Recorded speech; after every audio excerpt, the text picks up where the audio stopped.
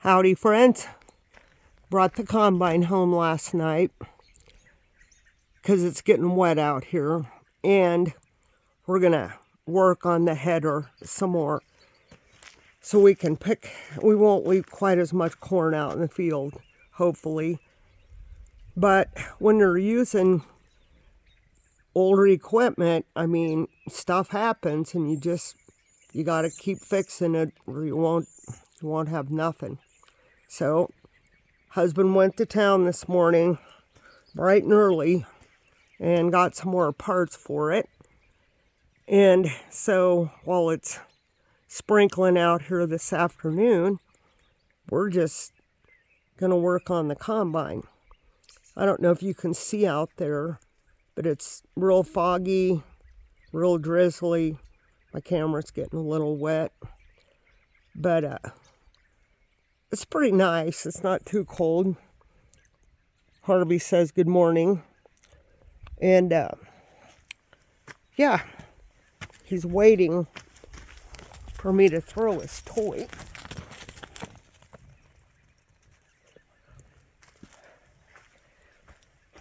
I need a drink of coffee. Sorry if I slurped. Okay.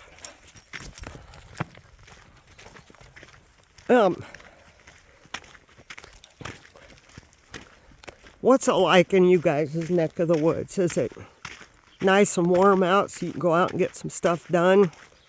Like, go to the coin shop, see what's going on? Or you got to stay home and work on your combine today? It's because it's too wet to go out to the field anyway. When the stalks and the leaves are wet on any of these crops, you can't cut it. The grain's wet. The elevators won't take it. And you'll plug up your combine. And let me tell you, a plugged up combine is not a good day. Just ask me, because I've done it before. These newer combines, they're not quite the headache the older ones used to be. This is that head that I showed you the other day. This is what we used to do our wheat and our milo. Some farmers have stripper heads where they just go and it literally just strips the head off of the wheat, and that's what they do. I'm not a wealthy farmer, so, I mean, I've driven one before like that, and you know, they've got their pros and cons. I like the header we've got. It gets the job done. We'll go out here in the wet weeds and take a little walk, get some fresh air.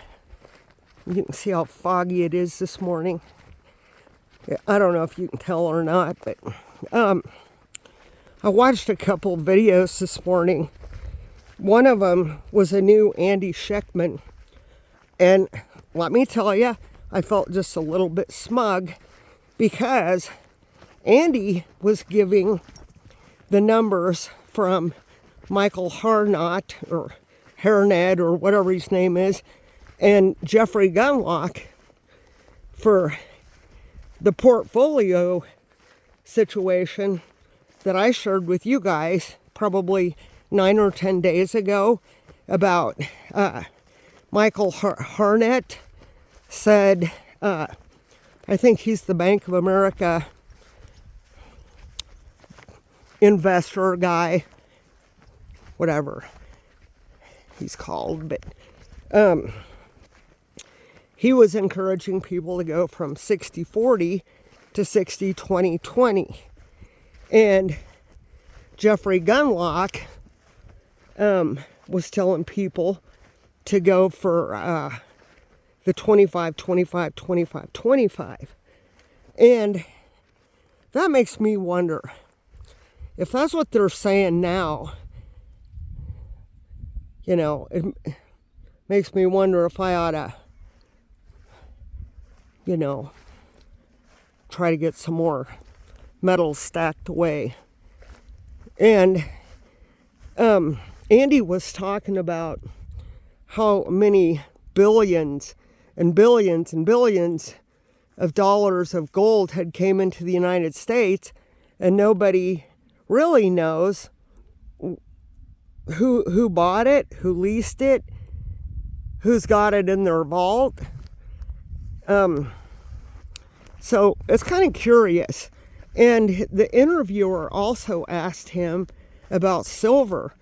And Andy said, what I've been thinking and saying. You know, silver, it's got so many uses. You know, industrial, technical, medical, photovoltaics, like everything. Silver is used in. And the guy asked him if he, you know, ought to trade it in for, you know, money. And Andy basically said, well, I can't tell you what to do with your silver. But he indicated that he'd sure hold on to some of it. And that was interesting. You know, and what else is interesting is, you know, we hear these reports from the Michael Harnets and Judy Sheltons and that Besant guy and the Gunlock guy, you know, and they kind of trickle down to some of the big YouTubers to get the information out there. So while we all want that information, we've also got to really use our discernment. What's good for me and my family? And do I believe all these reports? So, something to think about. This is a good little deer hangout back here in the forest.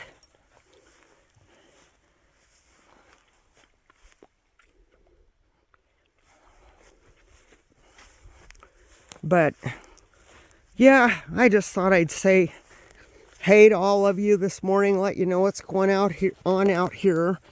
I hope my fingers aren't in my camera lens. Yeah, if I was in town today, I guarantee you I would be making a few purchases, but you know, I'm not in town, and fortunately I can get online if I want to get something. So, by the way, this is an old combine. If you want to know what an old combine looks like, an old New Holland sitting here in the vehicle cemetery. Kids used to get up on, climb on that thing and pretend like they were doing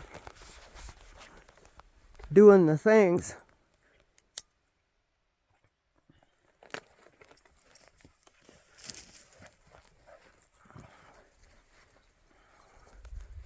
Yep, that is an old one.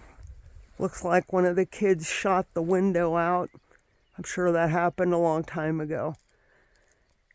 When you have sons that have BB guns, look out.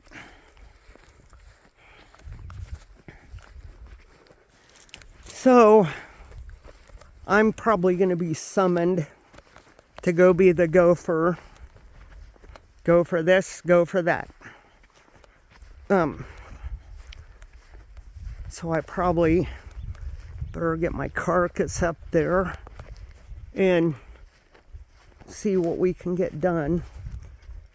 But I hope you guys have a great afternoon, great day, night, whatever time it is on your stretch of the planet. I really appreciate you watching my video and subscribing. Like, I really appreciate that, watching them. And before I go, a couple more things. Did you watch Coin Shop Chris's Market Watch report? If your kids ever had any questions about the value of a silver coin, I mean, right there it is. You know, a Franklin $50 is worth over $18. A quarter's worth over $8. The old war nickels will buy a gallon of gas. Crazy stuff.